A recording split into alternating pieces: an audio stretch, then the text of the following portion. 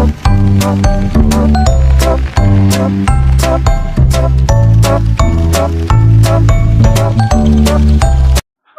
aku Fadia Tufahati.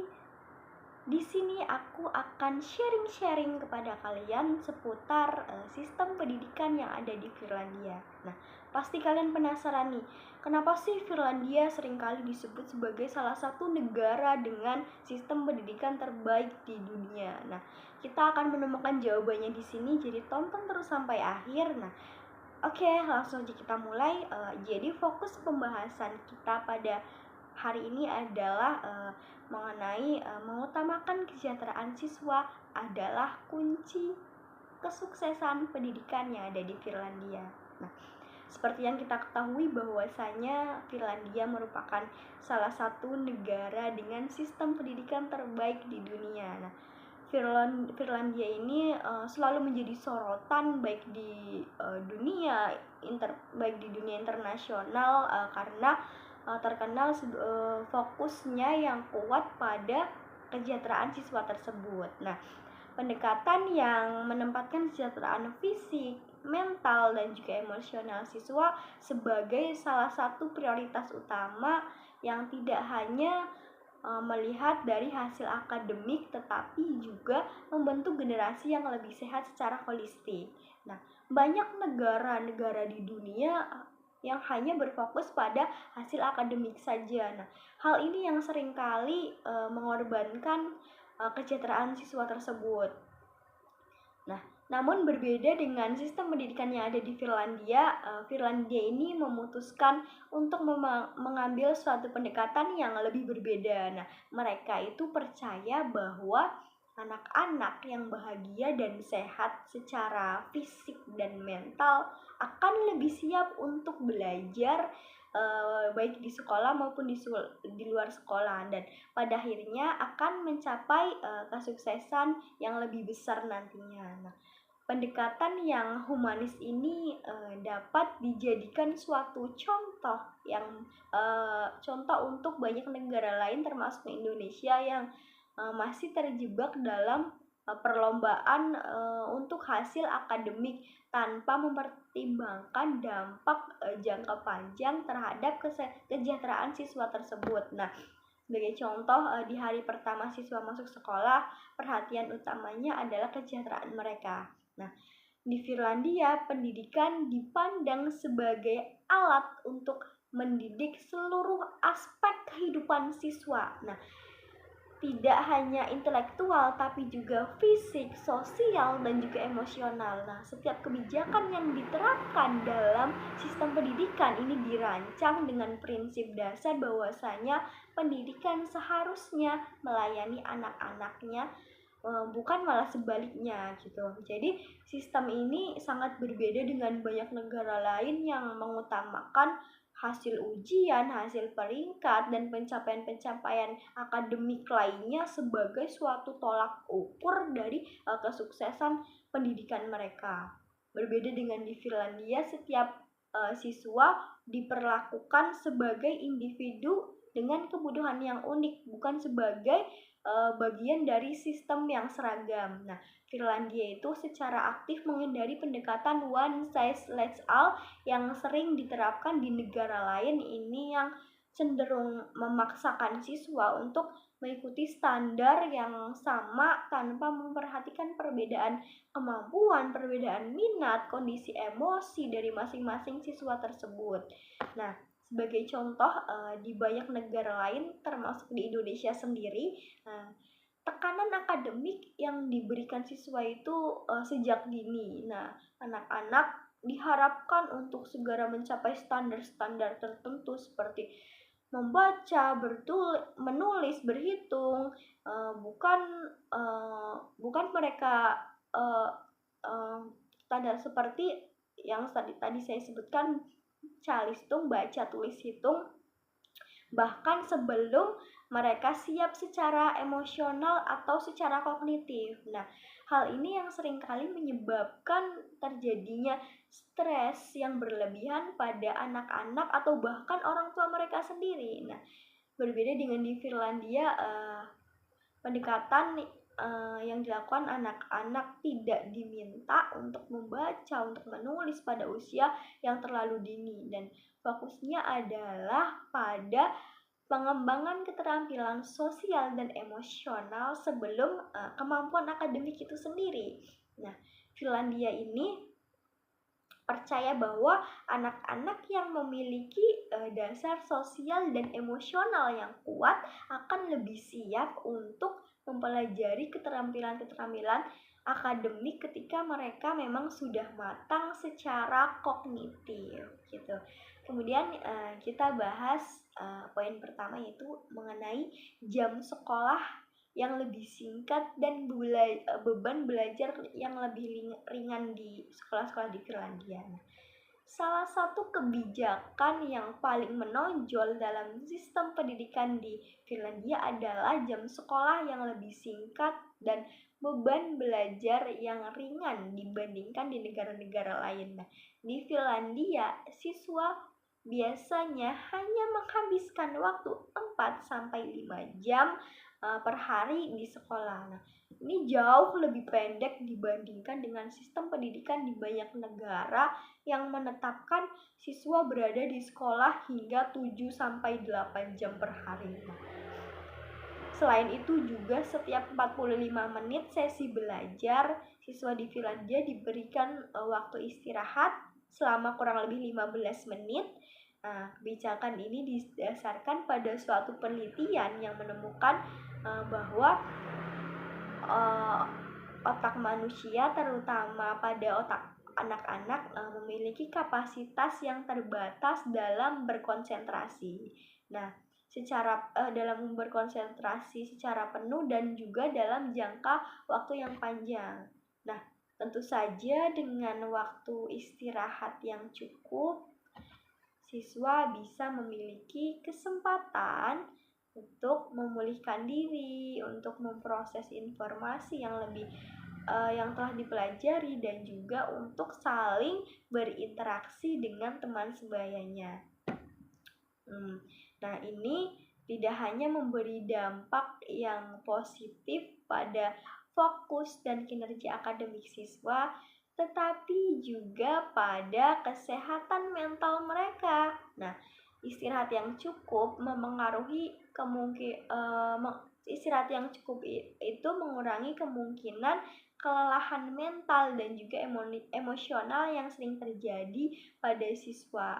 Nah, di banyak negara lain yang harus menghadapi hari sekolah yang panjang dan penuh tekanan, waktu istirahat juga memberi siswa kesempatan untuk terlibat dalam aktivitas fisik yang penting dan juga menjaga kesehatan fisik dan emosional mereka sendiri. Nah, sebuah contoh nyata dari manfaat waktu istirahat ini adalah penelitian yang menunjukkan bahwasanya siswa di Finlandia meskipun memiliki jam belajar yang cenderung singkat, tetapi tetap unggul dalam berbagai tes internasional seperti pada program penilaian siswa internasional atau biasa kita kenal dengan sebutan PISA. Nah, ini menunjukkan bahwasanya kualitas pembelajaran dan keseimbangan antara istirahat dan belajar itu sangat-sangatlah penting daripada kuantitas waktu yang dihabiskan di dalam kelas tersebut. Nah, kemudian adalah fokus pada pengurangan stres dan tekanan akademik. Nah, salah satu kunci keberhasilan dari sistem pendidikan yang ada di Finlandia adalah kemampuannya untuk meminimalkan stres akademik pada siswa-siswinya. Berbeda dengan banyak negara lain termasuk Indonesia, Finlandia tidak memiliki ujian nasional yang besar. Tidak ada ujian standar yang menentukan nasib atau kelulusan siswa tersebut seperti yang banyak ditemui di banyak sistem pendidikan lain, seperti salah satunya Indonesia yang masih menerapkan hal tersebut. Nah, sebaliknya penilaian siswa di Finlandia itu bersifat formatif dan berkelanjutan. Guru lebih fokus pada memberikan umpan balik yang berguna dalam pengembangan siswa daripada hanya menilai mereka berdasarkan hasil dari ujian nasional semata tersebut. Nah, ini memungkinkan siswa untuk berkembang sesuai kemampuan mereka tanpa merasa tertekan, untuk mencapai standar tertentu pada waktu yang ditentukan. Nah, sebagai contoh, di banyak negara lain ujian besar seperti ujian akhir, ujian sekolah, ujian nasional seringkali menjadi sumber-sumber kecemasan bagi siswa. Nah, siswa dipaksa untuk belajar dan menghafal materi dalam jumlah yang besar dan dalam waktu yang singkat, hanya untuk diuji dalam suatu hari ujian yang akan menentukan masa depan akademis mereka nantinya. Nah, dalam sistem ini kegagalan dalam suatu ujian bisa berdampak besar pada kehidupan seorang siswa tersebut. Nah, di Finlandia tekanan semacam ini tuh sangat-sangat dihindari. Nah, penilaian dilakukan secara berkelanjutan dan sepanjang tahun, dan siswa diberikan suatu kesempatan untuk belajar dari kesalahan yang telah mereka lakukan kemudian memperbaiki diri. Nah, ini tentunya akan menciptakan lingkungan belajar yang lebih inklusif, lebih mendukung, dan selain itu guru juga diajarkan untuk memperhatikan perkembangan emosional siswa dan memberikan dukungan yang diperlukan jika mereka melihat tanda-tanda stres. Nah, kemudian adalah peran guru dalam mencapai lingkungan belajar yang aman dan nyaman. Nah, guru di Finlandia itu memiliki peran yang sangat-sangat penting dalam menciptakan lingkungan belajar yang aman dan nyaman bagi siswa. Nah, guru tidak hanya bertugas mengajar mata pelajaran akademik saja, tetapi juga berperan sebagai pendukung kesejahteraan emosional dan juga kesejahteraan mental siswa tersebut. Hubungan antara guru dan siswa di Finlandia itu jauh lebih erat dan lebih personal dibandingkan dengan banyak negara lain. Nah, guru-guru di Finlandia dilatih untuk mengenal tanda-tanda awal stres atau ketidaknyamanan emosional pada siswa mereka, dan bekerja sama dengan konselor sekolah untuk memberikan bantuan yang diperlukan. Nah, sebagai contoh, seorang guru di Finlandia mungkin menyadari bahwasanya seorang siswa tampak lebih pendiam atau kurang bersemangat di kelas. Nah, hal tersebut tentu tidak akan dibiarkan begitu saja. Nah, guru ini akan berbicara dengan siswa tersebut secara personal dan mencoba memahami apa yang mungkin masalah apa yang mungkin terjadi, dan bahkan jika perlu merujuk siswa tersebut ke konselor sekolah. Nah, hubungan yang erat antara guru dan siswa ini tentunya sangat-sangat penting dalam menciptakan suasana yang aman dan nyaman di kelas. Nah, anak-anak itu lebih merasa dihargai dan didengar pada gilirannya meningkatkan kesejahteraan emosional mereka. Kemudian adalah konseling dan dukungan psikologis di sekolah. Nah, Finlandia itu memahami pentingnya kesejahteraan atau kesehatan mental dalam kesuksesan akademik mereka. Nah, oleh karena itu, setiap sekolah di Finlandia itu menyediakan suatu layanan konseling psikologis yang bisa diakses secara gratis oleh siswa tersebut. Nah, konselor sekolah ini bekerja sama dengan guru untuk memastikan bahwa setiap siswa itu mendapat perhatian yang mereka butuhkan.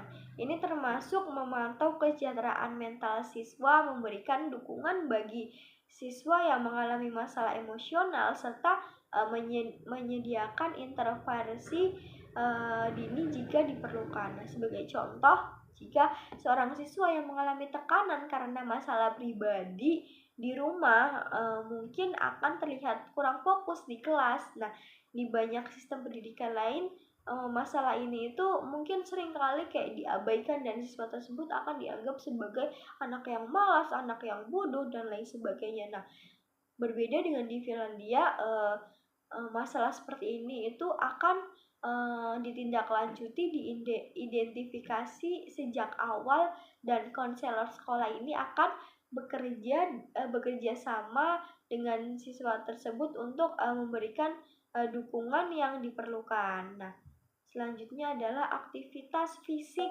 dan keseimbangan kehidupan. Nah, selain fokus pada aspek mental dan emosional, nah Finlandia juga sangat peduli dengan keseimbangan kehidupan siswa, terutama melalui aktivitas-aktivitas fisik tersebut. Nah, sekolah-sekolah di Finlandia memberikan perhatian besar pada pentingnya aktivitas fisik dalam kehidupan sehari-hari siswa. Nah, ini bukan hanya tentang olahraga formal, tapi juga melibatkan waktu untuk bermain mereka di luar dan melakukan kegiatan fisik secara bebas. Nah, setiap hari siswa di Finlandia itu memiliki waktu untuk bergerak dan bermain, baik melalui kegiatan yang terstruktur seperti olahraga maupun kegiatan-kegiatan non formal di alam terbuka atau outdoor. Nah, Finlandia percaya bahwa otak yang sehat harus didukung dengan tubuh yang sehat juga, dan karena itu aktivitas fisik menjadi suatu bagian yang integral dari kehidupan sekolah siswa sehari-hari. Nah, sebuah contoh di kebijakan ini bisa dilihat pada sekolah-sekolah yang memiliki akses ke alam terbuka, di mana siswa didorong untuk bermain di luar ruangan selama istirahat. Nah, selain itu, kegiatan olahraga tidak dipandang hanya sebagai kompetisi, tetapi juga sebagai sarana untuk menjaga keseimbangan fisik dan juga emosional. Nah, di Finlandia, olahraga tidak diwajibkan untuk menekankan prestasi atau pencapaian-pencapaian tinggi, tetapi untuk mendorong partisipasi dan kesejahteraan siswa. Nah, dengan memberikan kesempatan bagi siswa untuk terlibat dalam aktivitas fisik yang mereka nikmati, Finlandia menciptakan lingkungan di mana anak-anak dapat menyeimbangkan kehidupan akademik mereka dengan kegiatan yang berlangsung dengan pengembangan fisik mereka. Nah, kemudian kesejahteraan sosial dan dukungan dari teman sebaya. Nah, sistem pendidikan di Finlandia tidak hanya memprioritaskan kesejahteraan mental dan fisik siswa saja, tetapi juga kesejahteraan sosial mereka. Nah, sejak dini, siswa-siswa itu diajarkan mengenai nilai-nilai penting seperti nilai-nilai empati, kerjasama, dan dukungan sosial. Nah, di sekolah-sekolah Finlandia ini budaya persaingan akademik itu tidak ditekankan. Nah, sebaliknya siswa itu didorong untuk saling membantu dan mendukung satu sama lainnya. Nah, lingkungan sosial yang mendukung ini sangat penting dalam mencegah terjadinya bullying yang merupakan masalah besar di banyak sistem pendidikan lainnya. Nah, salah satu contoh sekolah di Finlandia yang menerapkan program mentoring, di mana siswa yang lebih tua menjadi mentor siswa yang lebih muda. Ini tidak hanya membantu siswa yang muda merasa lebih aman dan didukung di sekolah, tetapi juga mengajarkan tanggung jawab sosial kepada siswa yang lebih tua tersebut. Nah, di sisi lain, kerjasama dalam kelompok proyek atau aktivitas kelompok juga mendorong siswa itu untuk saling mendukung dalam belajar. Nah, bukannya bersaing satu sama lain, mereka diajarkan untuk bekerja sama mencapai suatu tujuan bersama, gitu. Kemudian adalah mengenai tantangan dan pelajaran dari sistem pendidikan yang ada di Finlandia. Nah, ini sebagai penutup, kita dapat membahas tentang sebagai penutup ya, Dalam pembahasan ini kita telah melihat bagaimana kesejahteraan siswa itu menjadi suatu fokus utama dalam sistem pendidikan di Finlandia. Nah, mulai dari pendekatan holistik yang melibatkan keseimbangan antara fisik, mental, dan sosial, hingga kebijakan praktis seperti jam sekolah yang singkat, pengurangan tekanan akademik, dan peran aktif guru serta konselor dalam mendukung kesejahteraan siswa. Pendekatan ini tuh pada akhirnya berhasil menciptakan generasi yang tidak hanya berprestasi secara akademik tetapi juga secara fisik dan emosional. Nah, sistem pendidikan di Finlandia ini menjadi model yang sangat-sangat menarik bagi banyak negara di dunia, dan meskipun tantangan tetap ada dalam mengadopsi sistem di negara lain, ada banyak pelajaran yang pada akhirnya bisa dipetik. Nah, dalam konteks global yang semakin kompetitif ini, Finlandia mengingatkan kita bahwasanya tujuan akhir pendidikan bukanlah peringkat atau nilai ujian, tetapi kesejahteraan dan kebahagiaan dari anak-anak sebagai individu yang utuh. Sekian video dari saya, terima kasih. Assalamualaikum warahmatullahi wabarakatuh.